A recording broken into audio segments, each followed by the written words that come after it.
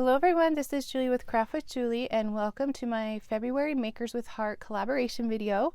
This month we will be showcasing specialty papers that are available through Close to My Heart, and today I will be highlighting the holographic papers. Close to My Heart has 5 different color options.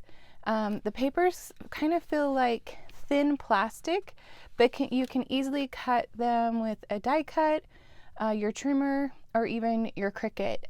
The colors are Sunbeam, that is Sunbeam.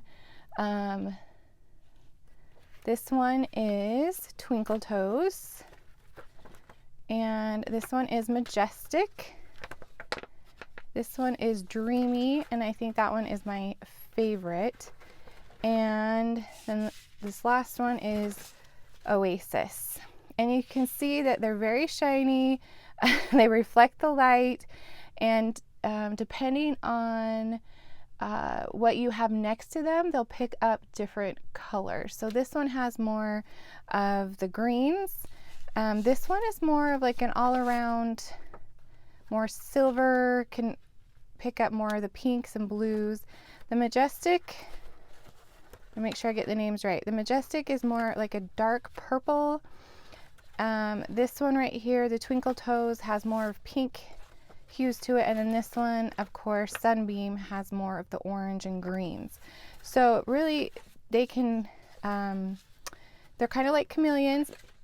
They just change colors. Is it chameleon? I hope so. They change colors depending on what they're next to. So I am going to show you a few projects today using the papers in a couple different ways. So go ahead and grab a pair of sunglasses and let's get started. For this first project, I wanted to show you how the holographic paper looks embossed. So I grabbed the Floral lace embossing folder and also the Dreamy holographic paper. It is my favorite of all the holographics. I'm just going to run it through Close My Heart's embossing die cut machine and I'll show you how that turns out. And there's Trevor. He really enjoyed chasing the reflection of the holographic paper while I was working on these. But look how cool that turned out. It's so pretty, and all the different colors and the dimension on that just makes a really great background for cards and even scrapbooks. So next I'm grabbing the Stitch Fancy Brackets Thin Cut for my sentiment. I love all of the stitched thin cuts from Close to My Heart. I think they make really great sentiments. That stitching adds just so much to your project instead of just a plain circle. So I always try to grab those when I'm doing sentiments, and I'll show you that.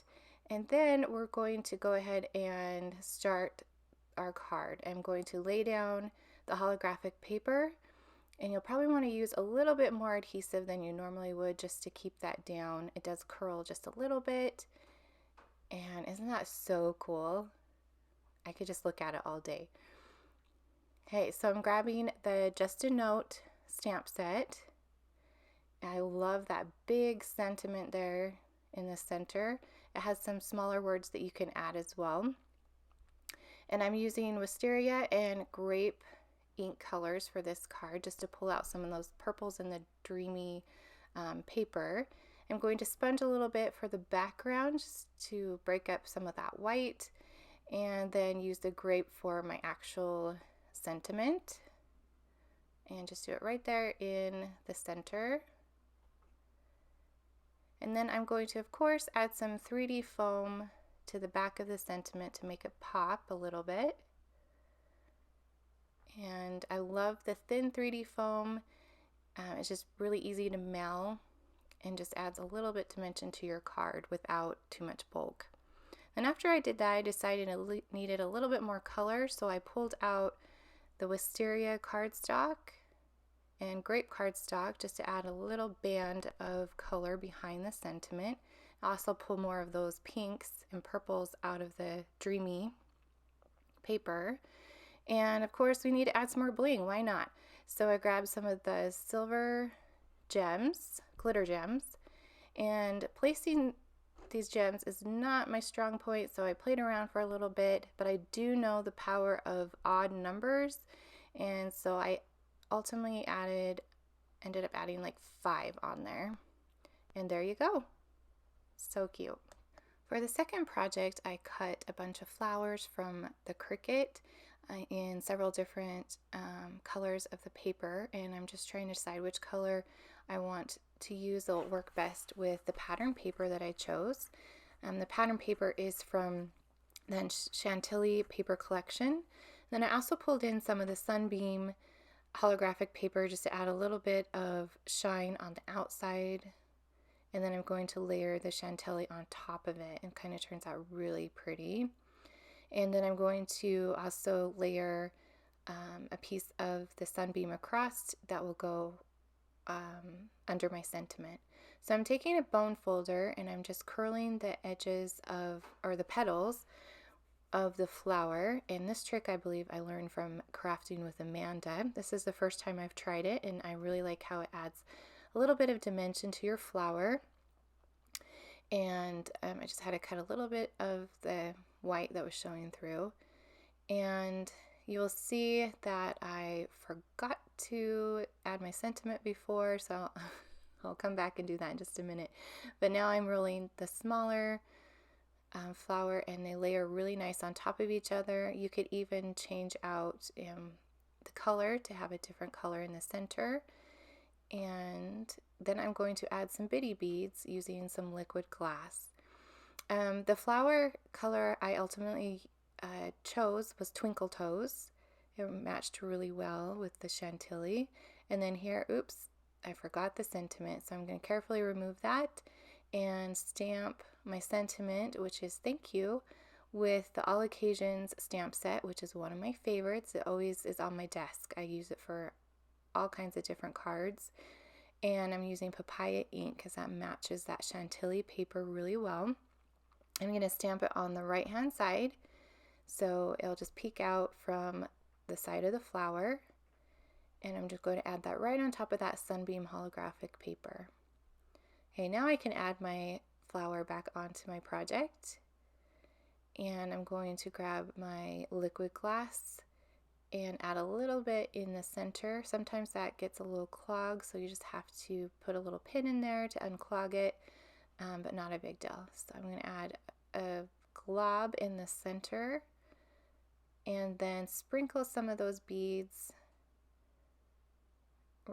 right on top of it. You can push it down a little bit if you want to, and then I will tap off the extras.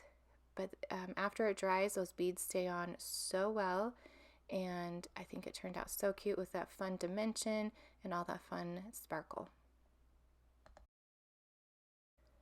In this project, I wanted to show you how well all 5 of the holographic papers work together. So I cut 3 different sizes of circles in each of the colors, which are Sunbeam, Twinkle Toes, Dreamy, Oasis, and Majestic. And right here, I'm just playing around with the placement, trying to decide which sizes and colors to put where. I like to try it out first before I add glue. And I think I finally have my pattern. So there we go. So I'm just going to go ahead and add some adhesive to the back. You'll want to be careful with adhesive and holographic paper. If you do get a little bit of adhesive on the front, it will not come off. So you'll just want to be careful with that. And I'm just going to add all of these circles. I think this one I got, let's see, there's one that I get a little glue on and I have to switch it out with, and there it is. I had to switch it out for another one. But this was so fun as I was doing it. I was like, this would make an amazing background for a scrapbook page. So I think I'm going to go back and do that for like a birthday or even like swimming. All the colors are so fun together and they play off of each other, and depending on the light they will change colors as well, as you'll probably see in my photos.